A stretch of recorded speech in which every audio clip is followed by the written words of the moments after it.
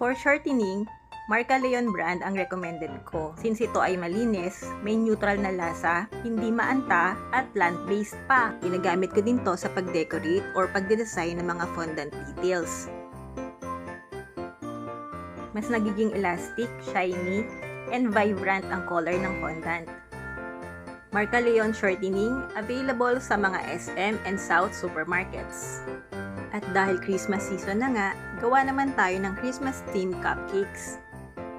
Magpahid lang ng shortening sa loob ng mga silicone molds para mas madaling matanggal ang mga fondant details.